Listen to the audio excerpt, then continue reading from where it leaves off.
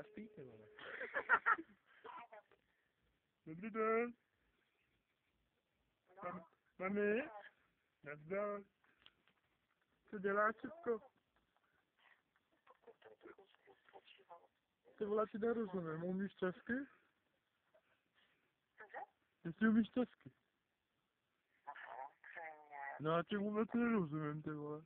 Hej, prosím tě, umíš uvařit svíčkovou?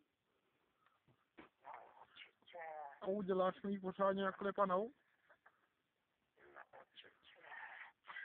A něco jiného než určitě umíš říct? Jestli myslíš něco normálně než určitě. Já ti fakt vůbec nerozumím. Máš vybroušek v prdeli nebo co? No hovno signál. Jsi blondětá nebo co? Ty jsi blondýna. No fuj. No je to úplně blbý, jsem slyšel. Hele, a máš jak velký kozy? 3, 4 nebo 1? Takže kecáš.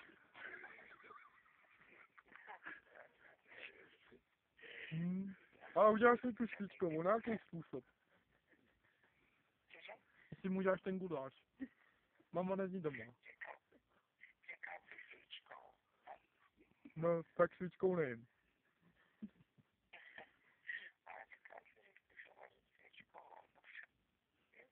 Vajzo, co děláš s tím telefonem? Jede táta.